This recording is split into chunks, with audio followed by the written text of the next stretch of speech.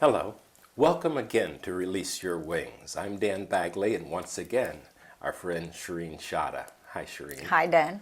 So this is an interesting topic. Sometimes on the topics we've discussed them at length, and sometimes Shireen will send me a topic and say, this is something, let's talk about. And that's one that I got earlier today. So the title is, To Choose is to be Chosen. Now before I set you up for what you think on this, let me read what popped in my head the moment I read that, and I ran to my bookshelf and pulled out probably my favorite book. It's Hafiz, The Gift.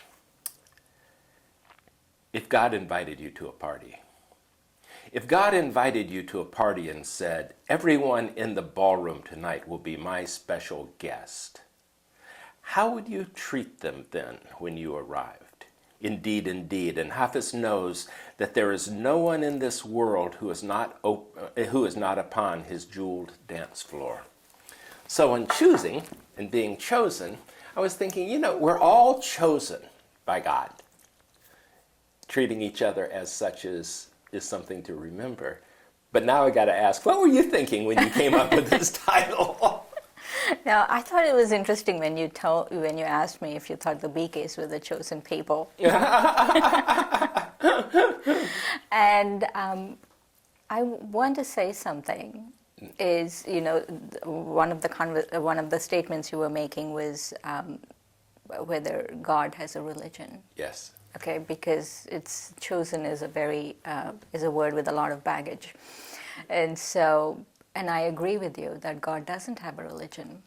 And when we say BKs, it's actually Brahma Kumaris, means the sons and daughters of Brahma. Uh-huh. And Brahma Baba was definitely a human being for us. And so we are children of we are sons and daughters of Brahma. Brahma Kumaris is sons and daughters of Brahma. But for us, the incorporeal soul, the soul without an image, the supreme soul, yes, really is that. He is not only without a religion, without an image, but also he doesn't have any favorites on which religion is fine. I like that, by the way. So for us, really, God doesn't have a religion. Yes.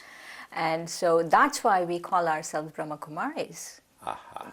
Very because nice. We are connected to the medium. Right. But we are not the only people connected to God. Good. So talk to me about the concept of chosen. In choosing, you become chosen. Yeah. And so when I was thinking about in choosing, we become chosen, was my first thought, because I've been thinking about that a lot lately, is how we choose. And if we choose ascension qualities, mm-hmm, then we become chosen. Yes. So, for example, in any movie or in any, because I'm still in this, in great narratives, I'm still thinking about great yes, narratives since the last year. By virtue of writing your book using that model. Right. And so in any great narrative, the hero, at every given step, he has a choice. Yes. He has a choice whether to stay in his ordinary world or to go into a world, right, where he doesn't know anything. And he makes the choice to go into this world where he doesn't know anything. And then at every given moment, whether he's faced with a test, he's faced with a challenge, he's faced with an enemy, he's faced with a friend, right, he always has to make a choice. And if you look at it, the hero always makes an ascension quality choice. I like that. So he will always make, for example, if he's faced with fear or fearlessness, mm-hmm, he will always make the choice of being fearless. Right. If he's faced with the choice of courage or no courage, he will always make the choice of having courage. If he's faced with the choice of trust or no trust, mm-hmm, he will always choose trust. So he's always choosing ascension qualities.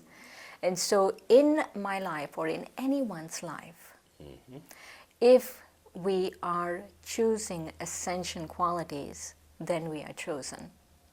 Got it. So I don't think everyone is chosen.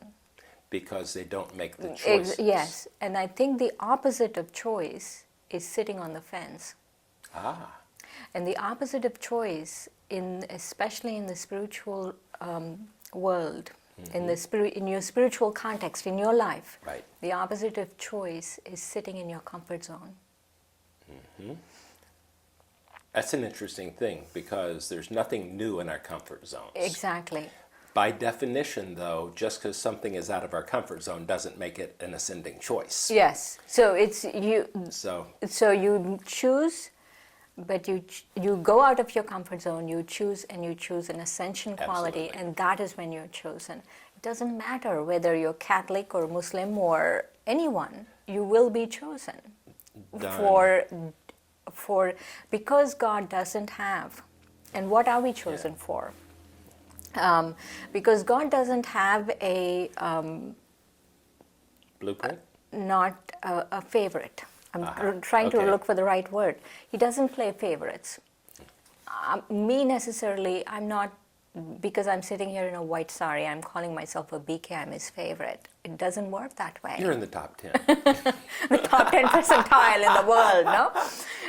And so, and then, God doesn't choose because you're Catholic and he says, oh, he's my favorite Sure. because he's a Catholic. God wants souls that will choose ascension qualities. And what is he choosing us for? Whoever it is in the world, he's choosing us to do a task. And that task is he needs something above and beyond ourselves. If it has to go status quo, if the world has to be in status quo, God doesn't need to choose us to do anything. It's going along fine. Because he needs to take us out of the status quo, because he needs to take us out of where the tide is going, he's going to pick people that are capable and are willing to make the right choices. So Carlos Castaneda's mentor asked him, does this road have heart? And in that choice, I mean, that would be an ascension road, I would assume. So in that choice, it occurs to me, in Castaneda's thing, have heart for the individual. In other words, everybody's not called on to accept the same challenges. Exactly. But there's enough of us to have enough challenges, enough ways of ascending, that if we're all intent on being a better person, if we spend some amount of time setting our compass in the morning of who we want to be ideally, then that's what you're saying. That's the chosen. Yeah. The better person is not enough anymore, Dan. Being a better person? Yeah, it's not enough anymore.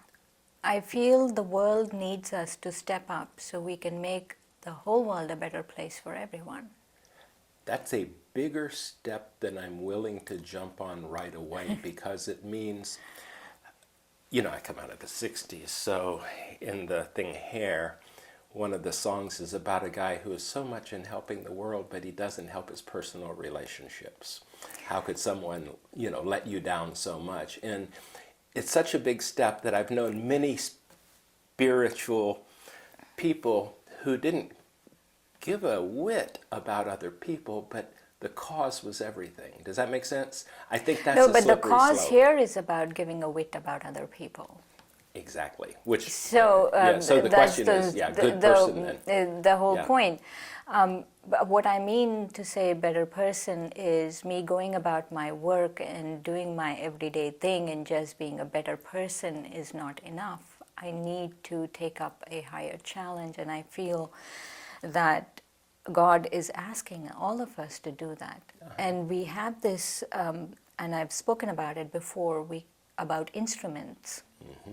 That just like you can take a knife and it's an instrument to do something, that God uses all of us as instruments, as we're stewards, or we are, what would you call, we're helping. It's like we're like a tool for us to do something for God. And I feel that He has a task, and the task is to bring about a golden age for all of humanity. And I feel that is what we have to be chosen for right now. That is what we have to make our choices for. And again, to go back to great narratives, in the great narrative, there's always a happy ending, and there's always a happy ending for everyone. And so there is a guaranteed a happy ending, but I have to choose right now to see if I want to be an instrument for God to be part of that happy ending. So within that sense, the real time we're talking is the 70th anniversary of the closing of Germany falling in the concentration camps.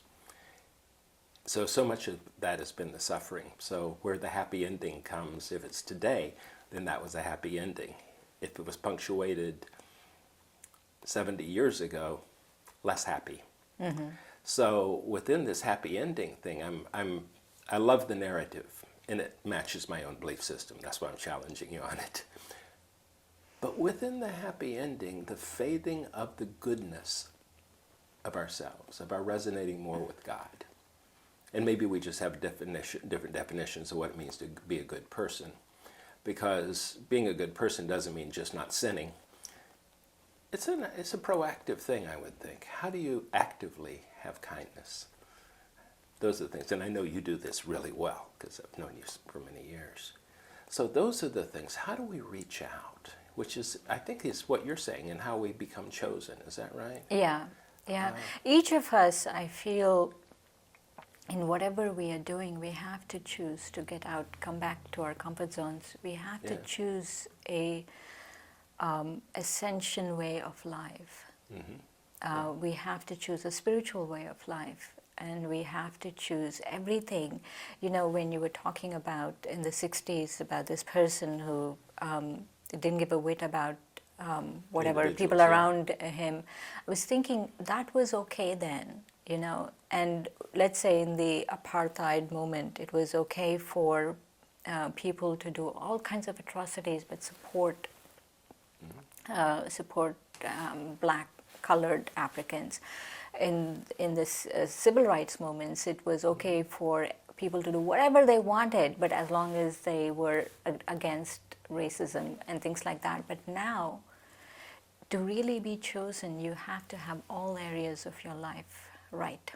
Mm-hmm. You not only have to not be a racist and not be a, make sure you have loving relationships, right, but every aspect of your life. There has to be wisdom in your life. There has to be service in your life. There has to be the right, conduct with people in your life. And there has to be a, the right connection with God. Mm-hmm. We have to have all of this in our lives.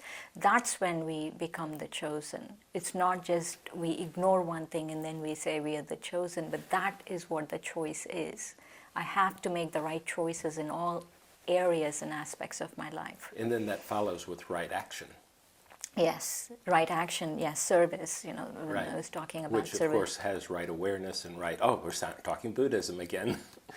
All of those things, I think, in the Eightfold Path really come into what we're talking about here in that. So, one thing for our viewers to carry from this is here's a behavior, here's an awareness, here is one way that I will choose, one or two ways that I'll choose to be better this week. What would you suggest it be? To pick up a spiritual practice and to do it regularly. And 1 week isn't enough. Yeah. It's not like an act of kindness for a week, It's about really doing it regularly for a few years at least. Mm-hmm. And not to sit on the fence about anything, but pick something and do it. And do it with heart, do it with conviction, and do it open-hearted kindness. Yes, and do it with kindness to yourself. Absolutely. And above all, with love. Good. Thank you so much, Shireen. Thank you, Dan. And thank you for joining us. Goodbye.